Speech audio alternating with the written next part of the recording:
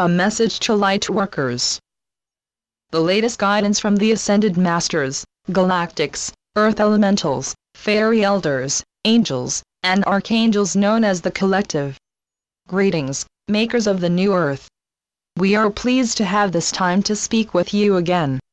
Many of you feel that you are, as they say, suffering another setback as you look at this past week with dismay, regarding both world events and individual challenges. We use the term challenges rather than problem, as that word implies stuckness, and you are never stuck, however you may feel about any situation at any time.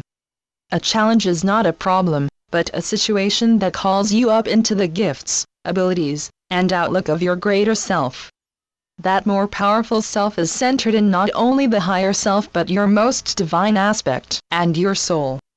And in these days of exhausting and completely reforming changes, as you integrate the solar energies now reaching Earth, you may wonder if your higher self has gone into hibernation, or chosen to hide from you indefinitely. And we would say, that even in the moments that feel that way, that could never be true. There was of course a very sad and quite difficult day in England, in which young people who had gathered for a joyful celebration instead found themselves in a situation of physical danger and emotional trauma. And most assuredly, some persons present at that event did leave their physical form and their earth lives, reuniting with their higher selves and their soul families, or at least, beginning the transition to such. This is of course extremely difficult for those on earth who are for the most part, still living behind the veil. For most of their loved ones still on earth are unable to conceive of their friends and family members being in not just a better place, but suddenly finding themselves traveling into some of the most beautiful, fulfilling, and celebrational aspects of this universe. And so, they grieve what they call a loss, though truly, no real loss has occurred.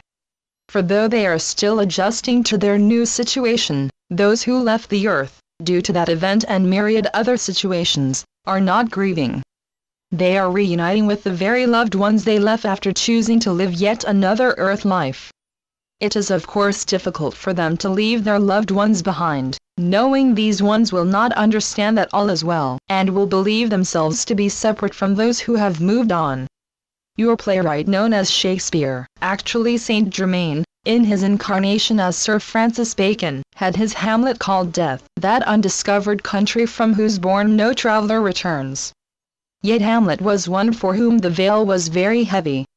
In truth, you have all returned from that much discovered country, many times.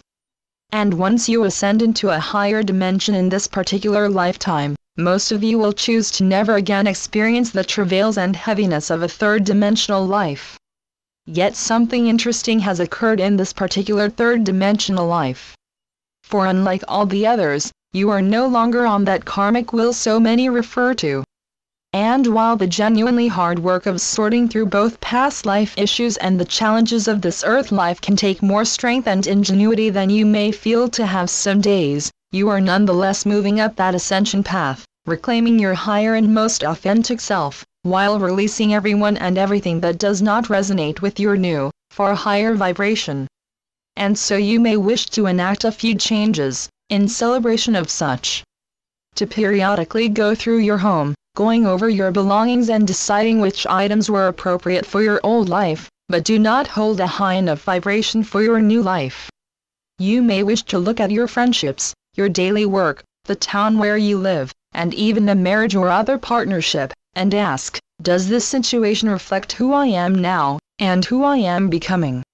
Or does this belong to a chapter that has ended? We have noted in other messages to you, that much in your world is in a powerful state of transition now, which at times can appear calamitous. So that it may feel as if you are experiencing a very great earthquake or flood, a cataclysm of some sort, that is shaking you to the core, removing or replacing whole aspects of your outer life and revising much of your inner life. Of course you are exhausted, angry, sad, or fed up many days. And yet, you came for this. You came for the thrill of this adventure, of remembering and reclaiming your co-creator status in this universe, from the seemingly impossible vantage point of living behind the third-dimensional veil. What sane person would do such a thing, you may be wondering. And yes, it is so that many have suffered on the earth plane. And yet, the great mountain climber does not look for the next great adventure in a children's sandbox. The great explorer does not row across a calm lake whose shoreline is clearly visible on all sides. The great scientist does not rerun the same experiments every day, because I already know how they all turn out, so there is no stress involved. You came forward for the great challenge, even those specific challenges that you are now facing, including a planet that feels to be imploding some days. And yet, the frequencies of Lady Gaia herself, as well as the overall frequency of human consciousness, are rising to the point where calamitous events will soon enough find no foothold on the earth. There have already been countless attempts by those who plan and carry out these events, who have not been correctly named by your news media, to stage many more events of a similar nature, to convince one country or another, and by extension the entire planet, that there is an invisible evil waiting to ambush you at every turn. And of course, you know this is not true. What is true is the unseen presence of billions of galactic ships, and trillions of higher beings, including many legions of angels, circling the earth and answering calls for help. And our interventions are occurring more and more often now, as humanity's vibration continues to rise to levels where the third-dimensional veil, the tiny, narrow vision imposed upon you at birth, is no longer a factor. Most of that veil is a matter of induced fear. And it is fear that you must release, as you allow yourselves to realize that as you create new and higher vibrational realities inwardly, you also begin to create them outwardly.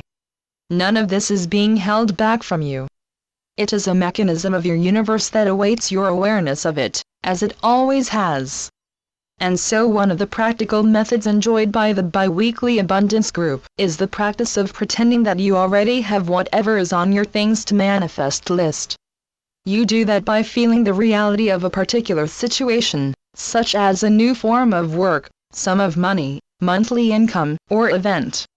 In that deeply held moment of inner experience, this thing already exists. It is already a part of your outlook and outer life.